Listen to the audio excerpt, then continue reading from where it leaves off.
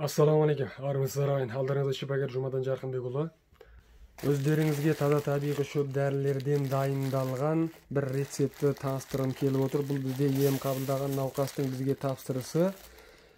Диагнозы язвенный колит, қазақша айтқанда жара сипатындық тоқ ішектің қабыну ауруын емдеуге арналған рецепт. Бұл рецепттің құрамында жаужұмыр, байжу, мия, ақшұғынық, апельсин қабығы, қарағай саңырау құлағы, киелі тырна шөбі, мудан қабығы сынды таза табиғи шөп дәрілері қамтылған. Бұл шөп дәрілердің қасиеті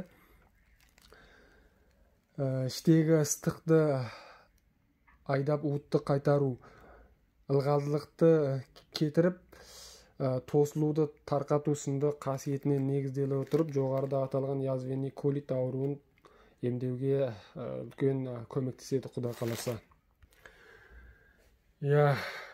Ағайын, бізден ем қабылдаған науқастарға Алла толық шипасын берсін, ауырмаңыздар.